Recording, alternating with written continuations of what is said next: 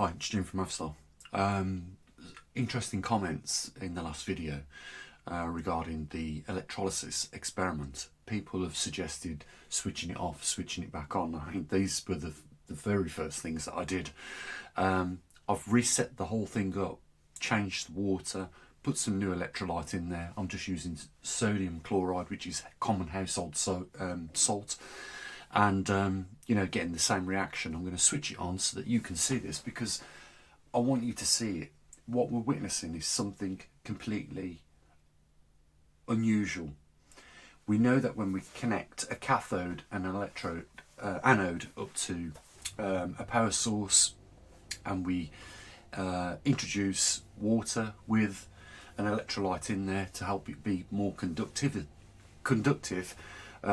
we get hydrogen form on the one electrode and oxygen on the other. And it's not happening in this case. I'm going to switch it on. I want you to just first of all witness what we're talking about. This phenomena is still taking place. So I'll turn it round. You've got the power source here, which can go up to I think it's 12 volts or more, maybe. I think it's 23 volts or 25 volts, but 2 amps. The power draw on this is 0.159 milliamps. So you can see what's happening. There is no oxygen being formed whatsoever on the positive electrode, none whatsoever. But you can see the ready-full amount of hydrogen gas coming off, and if you watch the level at the top of the tank, you'll see the pressure build up. When the gas accumulates, it will push the water level down. I'm going to switch it off. I'm going to switch it back on for you so you can see for yourself this anomaly that is taking place. I'm going to leave it running. The longer you leave this running, the warmer it will get. The liquid will eventually get warmer and the reaction will happen much quicker. And the draw, when the water gets hotter, the draw on amps will increase slightly. We're at 0.163 now. So you know that everything is working as it should be, as we would expect, apart from the fact there isn't a single bubble of oxygen. Now, we know water consists of H2O atoms, and this is an experiment that's been proven hundreds of times over hundreds of years. You know, there's nothing new about electrolysis. Only thing is, in this experiment, there is no production of oxygen. And that doesn't mean that this solution here is hydrogen. It would boil off very quickly if it was just hydrogen, but the reactions that we're getting is just hydrogen gas. It's bizarre. And I've been conducting electrolysis a lot over the last few weeks, so you know, I know there's nothing wrong with the equipment, there's nothing wrong with the water, there's nothing wrong with the electrolyte. Everything is the same, only for some reason we're not getting any oxygen produced whatsoever this time, and it's baffling. That's why I'm showing you this. You can see now that we're accumulating quite a bit of hydrogen and the water level is dropping on that side, but not one single bubble of oxygen. And that's unusual, because we should get 1 part oxygen, 2 parts hydrogen. So the level on this side should be twice as much as what we're getting on that side. There isn't nothing on that side, not a single bubble of oxygen, and that's not right. And how do you, from this point on, have any foundations in physics after that experiment? Because we'll have seen it do something else now. I'll switch it off. You'll see the production of hydrogen stop. There's a little bit of gas still in the water, as you can see, of hydrogen, but it will clear. There are absolutely no oxygen bubbles forming whatsoever, and that's wrong. Switch it back on, and the production starts again. So it doesn't make any difference how many times you switch this off, how many times you switch it on, how many times you clean out the solution, and you know, you recreate the experiment. For some reason, no oxygen is being produced. How can that happen? If you are splitting the water molecule, you are splitting it from the oxygen atom, and that's got to be going somewhere. And in this experiment, it's not even noticed anywhere. And that's not how electrolysis works. I've played with this sort of stuff for years and years and years. So what are we being treated to? Are we being treated to quantum physics on this, in this matter? You know, we know. I mean, we know what water's formed of. You know, we could say it's got an electron, it's got a proton and a neutron. It's one of it is the first atom on the periodic table. You can see it up here, up here. You know, it's number 1 on the periodic table. It's the most simplest atom on there, and oxygen is 18 of, I believe. No, 8 on the periodic table. Just there. So, you know, why is, you know, I've studied a little bit of quantum physics, not in too much depth, because it's a mind-boggling thing. Someone would argue that it's a religion. I mean, it gets very, it gets beyond the physical world. Let's say that. I think that's the better way of putting it. What quantum physics states: if you put a cat in a box, close the box, the cat's disappeared. It's no longer in the physical world.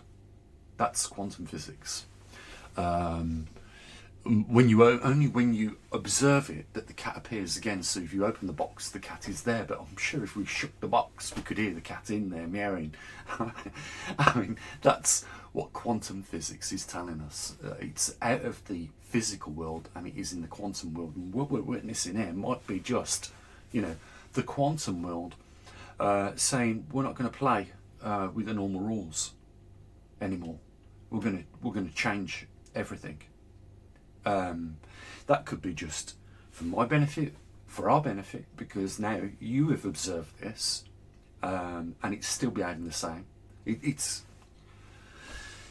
But the point is, you know, how can we go any further with this experiment now that we know it's not behaving as it should?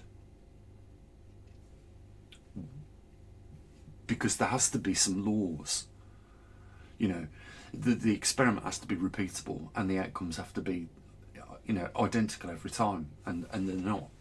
So, you know, when you're trying to progress in certain technologies and the things are changing before your very eyes, you know, you've got no compass, you've got no direction, you don't know whether you're going to have a positive outcome when you expect it, or a negative outcome when you don't expect it, or you're going to get a mixture of the two. You know, where do you go from here with science and our understanding of just simple things like electrolysis? It's new territory for me. It's just like, I'm just thinking, well, you know, what have I learned from this? What have I learned all over the years, you know, having a real keen interest in science. Now everything just behaves as it wants to. We know quantum physics, and we've all heard of that double slit experiment. There's some good videos on there on YouTube if you want to have a look into that. But we know through observation things can change. What we're seeing here is, I believe, that very thing, only we've taken it another level. This has gone to a new level now. There's no tricks involved in this, guys. None whatsoever. You know, I'm not trying to pull the wool over your eyes for any reason. I'm sharing this experience with you because it's unusual. You know, this is breaking the laws of understood chemistry. We know water consists of oxygen and hydrogen, but we're only producing hydrogen. when we're splitting the oxygen atom off of it, off the hydrogen or the water molecule.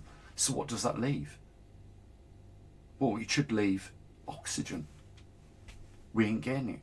So now what? And what does that say for anything else that we do now, or I do now? Maybe that's it. That's why I was talking about dimensions and paradoxes and the butterfly effect. I'm sure you're all familiar with all these terms.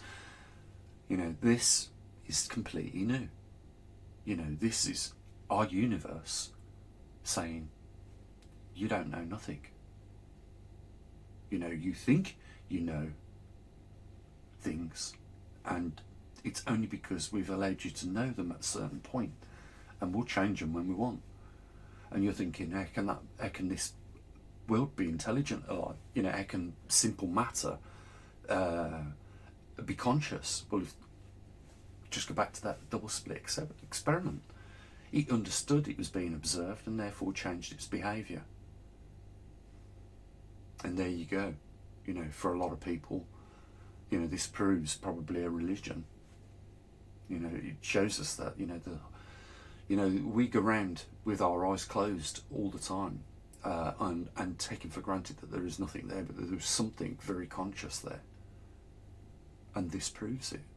You know, the double slit experiment proves it. And I think we are starting to understand probably something that was understood many thousands of years ago from our ancient civilizations that, you know, had stronger beliefs in religion than what we do. And, you know, quantum physics now is starting to slowly answer the questions that was probably clearer understood thousands of years ago. That we are in a conscious universe, and it is able to have, you know, a physical effect in this world, even though it seems to operate in the quantum field.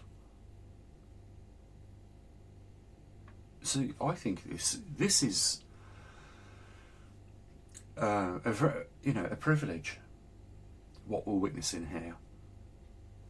You know, all the laws that we are taking for granted every day can simply be at the choice of the conscious that is in that quantum field, can be a different result. Let's just put it that way. You know, we have been studying quantum physics. I believe Albert Einstein was the one who introduced quantum physics to us.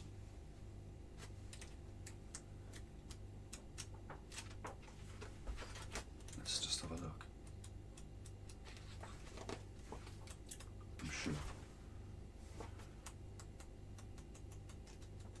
I'm sure there's a photograph of Albert Einstein in here, but I think you know what he looks like in any case. So,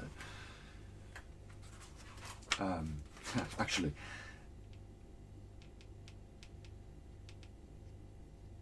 yeah, I remember the story of this woman. One of the first scientists that came across and studied nuclear physics, and radioactive materials. There's a lot of well-known scientists in this book, that have added and contributed to science over the years. It's amazing. It really is amazing. But yeah, quantum physics is, for a lot of people, difficult to get their head around, and some people don't even accept quantum physics. But the world we live in is very peculiar. Our solar system is very peculiar. The universe, which, our solar system and our planet and our universe that we all take, for granted, is more strange than what we think.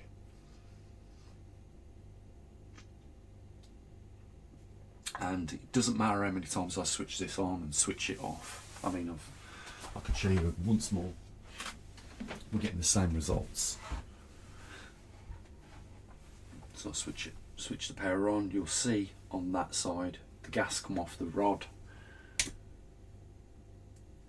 absolutely nothing at all with the oxygen and the positive. Everything is happening on the other side. You know, I just wondered if anyone else is able to get just a 9-volt battery and 2 wires and dip them in some water somewhere else to see if they're getting the same effect. You know, this would be a very easy experiment for someone else to conduct. You know, just get a 9-volt battery, 2 wires on there, dip them in the water with you know, a slightly conductive electrolyte, salt, common salt or baking soda, and tell me if you're getting oxygen come off your experiment. You know, this is not so that we can outraw just one thing, and I'm sure you will get oxygen and in your experiment. But why are we not getting it here in this instance? You know, what have I done different to anybody else? Let me know your thoughts. I think something very special has happened here. We've been able to, you know, see that everything that we understand about our world is not as we expect it to be. You know, the outcomes are not always repeatable, and you know, you can understand from a scientific point of view that the results of this experiment are beyond extraordinary. And what has led to the products that we're seeing here? Is it to do with other experiments that I've been conducting, other things that I've been looking into? You know, have we attracted an attention of the quantum field? Just like in that experiment, did they also interfere to a level where the quantum field, you know, chose to show them something else? I mean, you can imagine when they first discovered that experiment, how they felt, you know, how shocked they was to see that just under observation things changed. You know, we've done more than observe this. You know, you've observed it yourselves. I've observed it. So this is very, very special.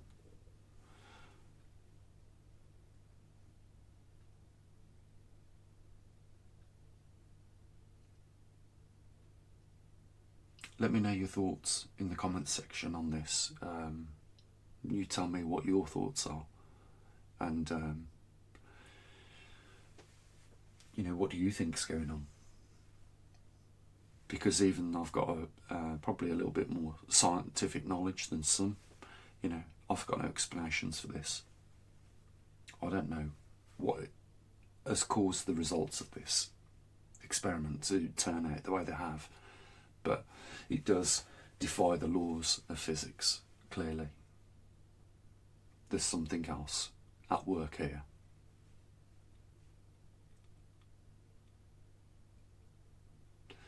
And I'm not sure what that is. Maybe over the next few days we can all come to some conclusions on this, but it's a big thing. I think you'll agree. Okay.